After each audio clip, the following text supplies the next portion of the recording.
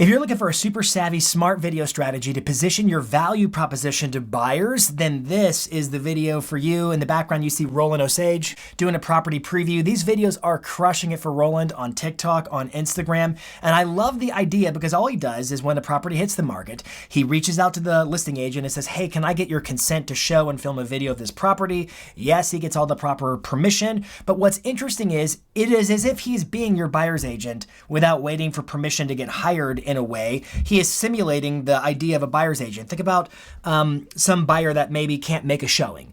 And so they say, hey, can you go film a video of the property and send it to us? And so you tour the property distinctively, pointing out details that your buyer needs to see.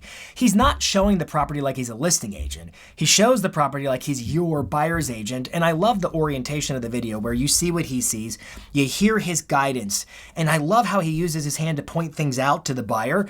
And then he'll even touch the wall. He'll touch the countertops. And what that does is it creates a sense of and awakens in a buyer a sense of, ooh, I can hear, I can see, I want to touch, I want to go see that property. It's just a super smart strategy that really opens up the appetite of a prospective buyer to want to go see a property, but also it conveys a sense of, ooh, I don't think I just want to see a house with anybody.